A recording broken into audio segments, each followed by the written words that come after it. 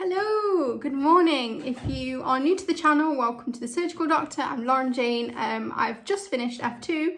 I think that's the first time I've said that on one of these videos. I'm usually like, I'm Lauren-Jane, I'm an F2, but I'm not an F2. I am in limbo. I've finished foundation. I'm about to start surgical training, so I'm about to be a CT1.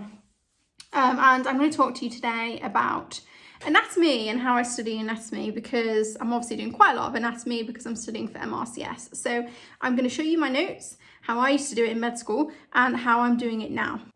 So a lot of people are intimidated by and struggle with anatomy.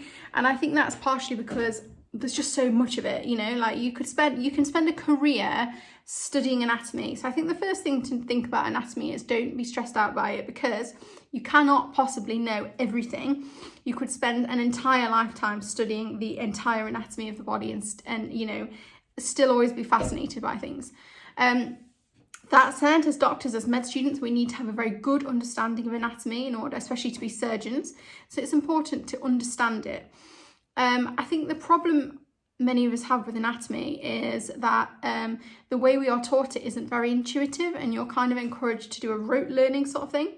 And for me, I really struggle to learn anatomy from books, because the anatomy is 3D and things cross, and you know, when someone's like, you know, what's anterior to, you know, this vessel, what's posterior to this, I can't imagine that from a book. I need to see it.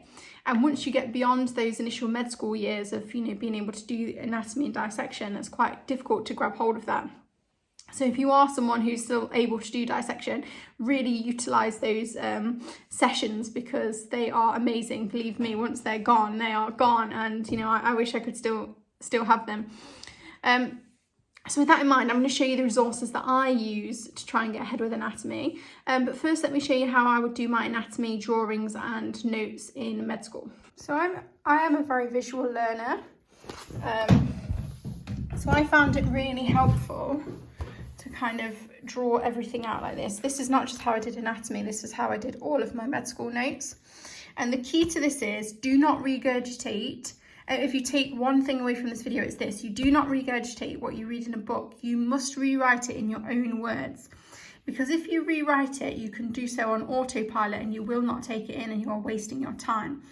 If you read it and then find a way of rewording what you are writing, you will remember it much better.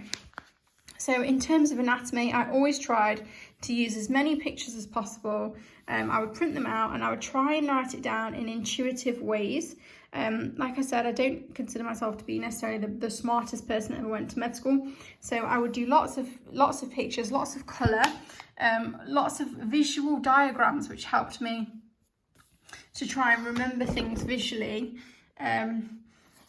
And just try and find a way to make it intuitive for yourself. So, you know, I always sort of struggled with the, you know, with anatomy. So try and make it as simple as you can. So here, you know, we have the arterial system of the upper limb. It is a very simplified diagram, but for the purposes of medical school, if you can understand this kind of pathway, you're going to find things much easier later on.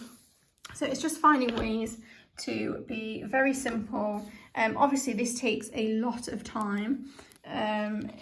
I did fail an exam once, and we had this thing at med school where you would have to sit and you would have to talk to a teacher, and they would, you know, want to go through your notes. And I failed, and I was reviewed by our anatomy teacher, and he looked through these notes and he said to me, no one who does this is going to fail medical school.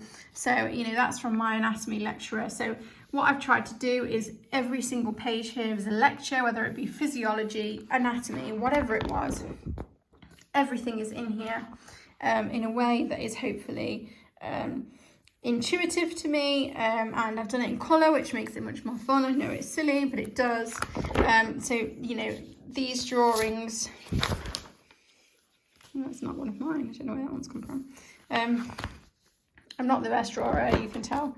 But so printed off lots and lots of pictures. I hope seeing this is helpful to you.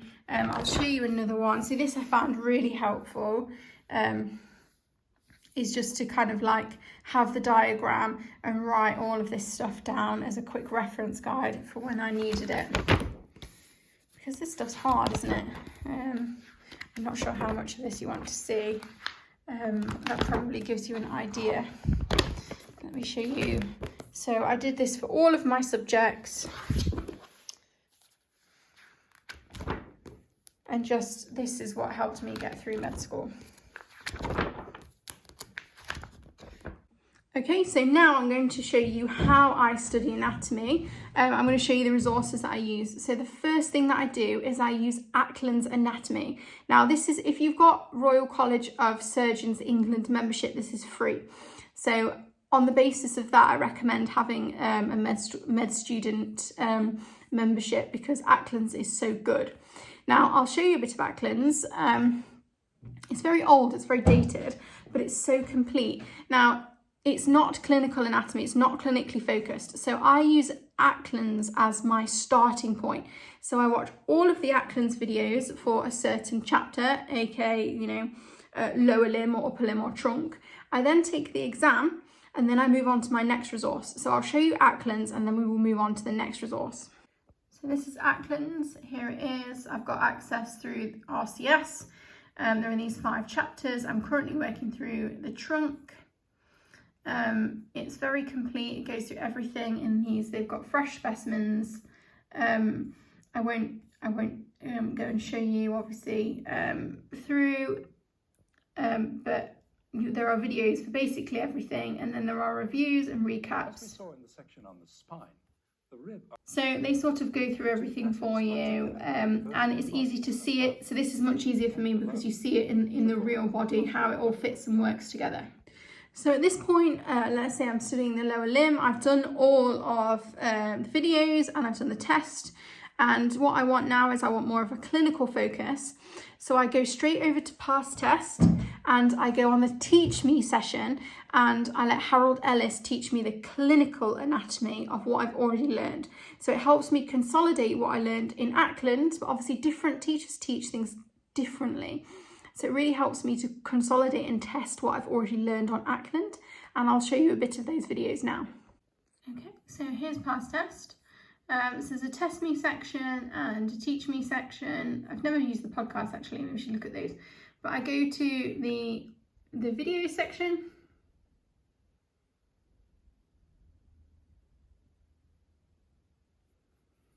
We type in, let's say we're doing the regional anatomy of the thorax, that's what I've just practiced, let's say on Ackland. And then I'm systematically going to work through all of these videos. Let's try and choose one. And these look like these are pictures, but these videos are based on dissections, which is why they are so helpful. So, Dr. Ellis, has been a surgeon for, donkey's years, and he goes through everything with specimens, which I find really helpful. Yeah, well worth the money. I'm not sure how much I love past test for the quiz bank, but actually for these Harold Ellis videos, they are amazing. So I highly recommend those. So that's the essence of what I'm doing effectively. I'm starting off on Ackland. I'm doing the test on Ackland, and then I'm going over to past test, letting Harold Ellis teach it to me again in a clinical fashion, and then I would test myself on the quiz and any quiz bank, so MRCS and past test quiz banks, and just basically any opportunity that I can get. So obviously on Instagram, there's things like the Funky Professor, there's Cosmed, all of these things that pop up little questions on Instagram, which is like, which muscle is this? What nerve is supplied, supplying this muscle? And just testing every opportunity I can get, and hopefully this helps. So I hope that seeing this anatomy, how I do my anatomy is helpful to you. Let me know your thoughts and comments, and have a lovely day.